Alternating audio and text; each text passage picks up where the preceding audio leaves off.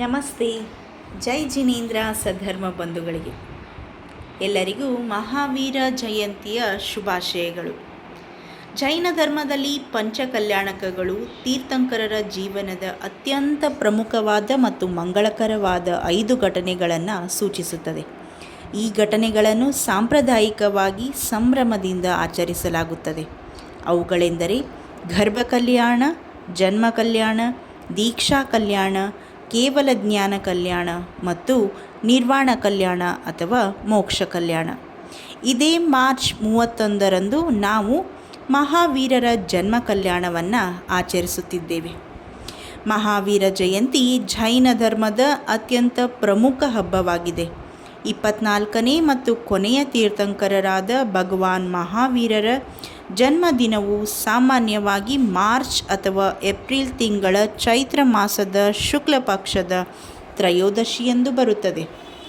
ಮಹಾವೀರರ ಬಗ್ಗೆ ತಿಳಿಯುವುದಾದರೆ, ಮಹಾವೀರರು ಬಿಹಾರದ ಕುಂಡಲ ಗ್ರಾಮದಲ್ಲಿ ರಾಜ ಸಿದ್ಧಾರ್ಥ ಮತ್ತು ರಾಣಿ ತ್ರಿಶೂಲಾದೇವಿಯ ಮಗನಾಗಿ ಜನಿಸಿದರು. ಇವರ ಬಾಲ್ಯದ ಹೆಸರು ವರ್ಧಮಾನ. ಮಹಾವೀರರು 30ನೇ ವಯಸ್ಸಿನಲ್ಲಿ ಸನ್ಯಾಸತ್ವ ಸ್ವೀಕರಿಸಿ 12 ವರ್ಷಗಳ ಕಾಲ ಕಠಿಣ ತಪಸ್ಸಿನ ನಂತರ ಜ್ಞಾನೋದಯ ಅಂದರೆ ಕೇವಲ ಜ್ಞಾನವನ್ನು ಪಡೆದರು. ಇವರು ತಮ್ಮ 72ನೇ ವಯಸ್ಸಿನಲ್ಲಿ ಬಿಹಾರದ ಪಾವಾಪುರಿಯಲ್ಲಿ ನಿರ್ವಾಣ ಹೊಂದಿದರು. ಮಹಾವೀರರ ಬೋಧನೆಗಳನ್ನು ನೋಡುವುದಾದರೆ, ಇವರು ಸಾಮಾನ್ಯ ಜನರಿಗೆ ಅರ್ಥವಾಗುವಂತಹ ಪ್ರಾಕೃತ ಭಾಷೆಯಲ್ಲಿ ಉಪದೇಶ ನೀಡಿದರು. ಇವರ ಬೋಧನೆಗಳನ್ನು 5 ಭಾಗಗಳಾಗಿ ವಿಂಗಡಿಸಬಹುದು. 1. ಪಂಚಮಹಾವ್ರತಗಳು. ಈ ಪಂಚಮಹಾವ್ರತಗಳೆಂದರೆ ಅಹಿಂಸೆ. ಅಹಿಂಸೆ ಎಂದರೆ ಮನ, ವಚನ, ಕಾಯದಿಂದ ಯಾವುದೇ ಜೀವಿಗೂ ಹಿಂಸೆ ನೀಡಬಾರದು. ಅಹಿಂಸಾ ಪರಮೋ ಧರ್ಮ ಎಂಬುದು ಜೈನ ಧರ್ಮದ ಮೂಲ ಮಂತ್ರವಾಗಿದೆ. 2ನೇದು ಸತ್ಯ, ಯಾವಾಗಲೂ ಸತ್ಯವನ್ನೇ ನುಡಿಯಬೇಕು. 3. ಆಸ್ತೇಯ, ಕಳ್ಳತನ ಮಾಡಬಾರದು. 4. ಬ್ರಹ್ಮಚರ್ಯ, ಪವಿತ್ರ ಜೀವನ ನಡೆಸುವುದು. 5. ಅಪರಿಗ್ರಹ, ಆಸೆಗಳನ್ನು ತ್ಯಜಿಸುವುದು. 2ನೇ ಬೋಧನೆಯಾದ ತ್ರಿರತ್ನಗಳು.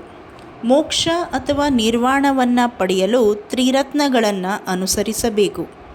ಆ ತ್ರಿರತ್ನಗಳೆಂದರೆ ಸಮ್ಯಕ್ ದರ್ಶನ ಅಂದರೆ ಸರಿಯಾದ ನಂಬಿಕೆ, ಸಮ್ಯಕ್ ಜ್ಞಾನ ಸರಿಯಾದ ಜ್ಞಾನ, ಸಮ್ಯಕ್ ಚಾರಿತ್ರ್ಯ ಸರಿಯಾದ ನಡವಳಿಕೆ.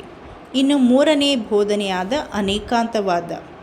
ಸತ್ಯವು ಬಹುಮುಖವಾದುದು. ಒಬ್ಬ ವ್ಯಕ್ತಿಯ ದೃಷ್ಟಿಕೋನ ಮಾತ್ರವೇ ಪೂರ್ಣ ಸತ್ಯವಲ್ಲ, ವಿಷಯಗಳನ್ನು ವಿವಿಧ ದೃಷ್ಟಿಕೋನಗಳಿಂದ ನೋಡಬೇಕು ಎಂಬ ತತ್ವ.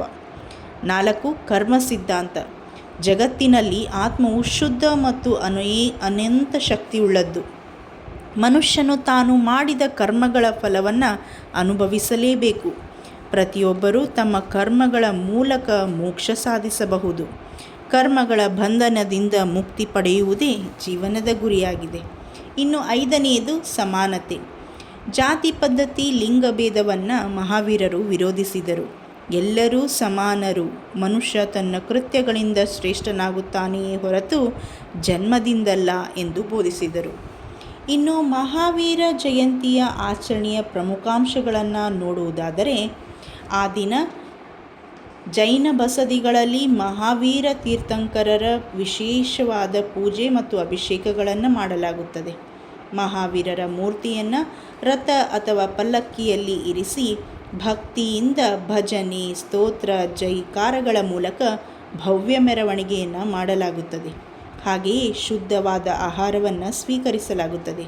ಸಾಯಂಕಾಲ ತೊಟ್ಟಿಲ ಕಾರ್ಯಕ್ರಮ, ಸಾಂಸ್ಕೃತಿಕ ಕಾರ್ಯಕ್ರಮಗಳನ್ನು ಹಮ್ಮಿಕೊಳ್ಳಲಾಗುತ್ತದೆ. ಮಹಾವೀರ ಜಯಂತಿಯನ್ನು ಬಹಳ ಸರಳತೆ ಮತ್ತು ಭಕ್ತಿಪೂರ್ವಕವಾಗಿ ಆಚರಿಸಲಾಗುತ್ತದೆ. ಇದು ಜೈನ ಸಮುದಾಯದವರು ಶಾಂತಿ, ಸೌಹಾರ್ದತೆ ಮತ್ತು ಅಹಿಂಸೆಯ ಸಂದೇಶವನ್ನು ಹರಡುವ ಒಂದು ಮಹತ್ವದ ದಿನವಾಗಿದೆ. ಜೈ ಬೋಲೋ ಮಹಾವೀರ ಭಗವಾನ್ ಕಿ ಜೈ. ಅಹಿಂಸಾ ಪರಮೋ ಧರ್ಮ ಕಿ ಜೈ.